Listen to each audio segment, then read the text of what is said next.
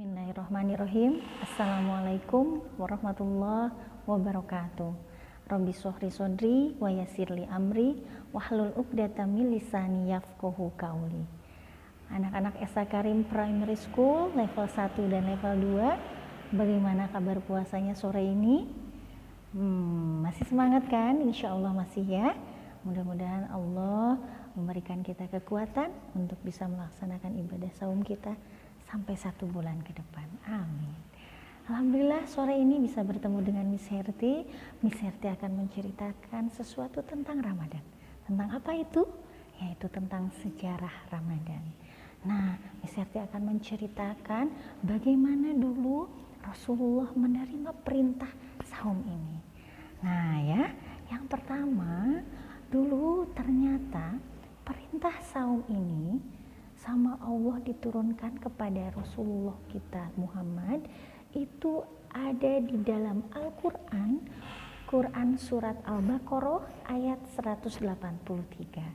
Insya Allah kalian juga pasti sudah tahu bagaimana bunyinya. Yuk kita baca bersama-sama ya. A'udzubillahi minasyaitonirrajim. Ya ayyuhalladzina amanu kutiba alaikumusiyam kama kutiba alal ladzina min qablikum la'allakum tattaqun. Nah, itu yang menjadi dasar Rasulullah melaksanakan saum. Jadi ada perintah dari Allah Subhanahu wa taala. Sama dengan kita juga sekarang saum itu atas dasar perintah Allah seperti yang tercantum di dalam Quran surat ketiga ke surat kedua ayat 183. Nah dulu Rasul itu ternyata menerima perintah saum itu di bulan Sya'ban, yaitu bulan sebelum Ramadan, tepatnya di hari Senin tanggal 10 Sya'ban tahun kedua Hijriah.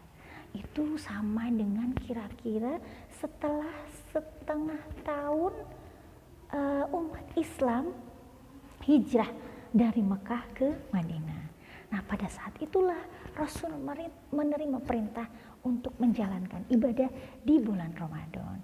Itu juga ternyata hampir bersamaan setelah Rasulullah menerima perintah tentang pemindahan kiblat sholat yang asalnya menghadap ke Masjidil Aqsa dan kemudian disuruh menghadap langsung ke Masjidil Haram.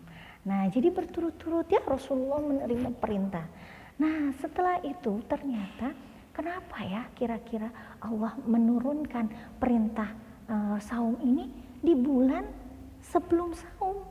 Kan kalau rata-rata katanya perintah Allah itu langsung saat itu turun langsung dilaksanakan sama Rasul. Misalnya sholat, harus sholat, langsung kerjakan sholat sama Rasul dan para sahabat. Tetapi saum ternyata diperintahkan Allah sebulan sebelumnya.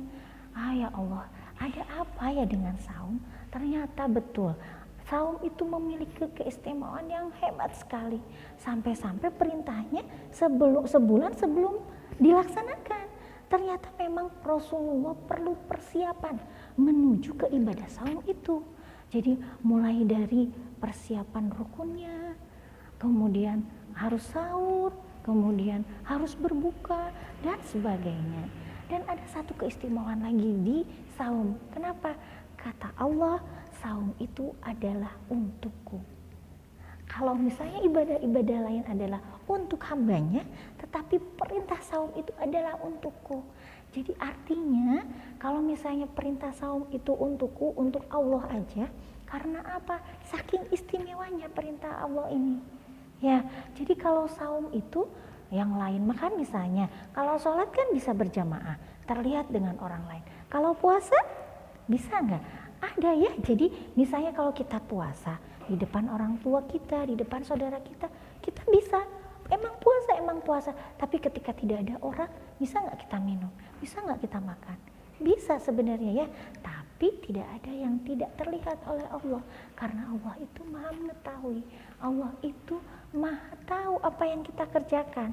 Walaupun kita tidak ada orang, tidak ada siapapun kemudian kita minum, tapi Allah tahu. Makanya puasa itu adalah untukku, kata Allah. Nah itu ya anak soleh-soleha. Nah, ada apa sih di bulan Ramadan itu? Terjadi 3 peristiwa besar. Misalnya akan menceritakan 3 peristiwa besar secara garis besarnya saja di bulan Ramadan. Yang pertama adalah nuzulul Quran. Jadi turunnya Al-Quran itu di bulan Ramadan. Beberapa riwayat mengenai ada di 17 Ramadan. Yang kedua, ada peristiwa besar yaitu perang Badar, yaitu perang kaum muslimin melawan kaum kafir Quraisy.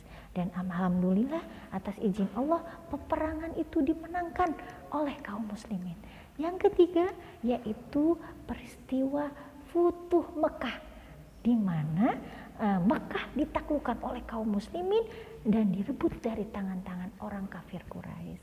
Nah, anak soleh-soleha, betapa istimewanya saum, betapa istimewanya ibadah ini di hadapan Allah.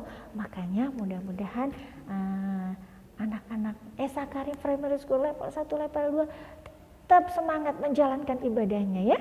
Jangan lupa selalu berdoa sama Allah untuk dimudahkan dan dikuatkan. Nah, segitu dulu sejarah yang ibadah saum yang bisa sampaikan. Mudah-mudahan Ananda tetap sehat, Ananda tetap bersemangat dan dimudahkan sama Allah. Billahi taufik wal hidayah. Assalamualaikum warahmatullahi wabarakatuh.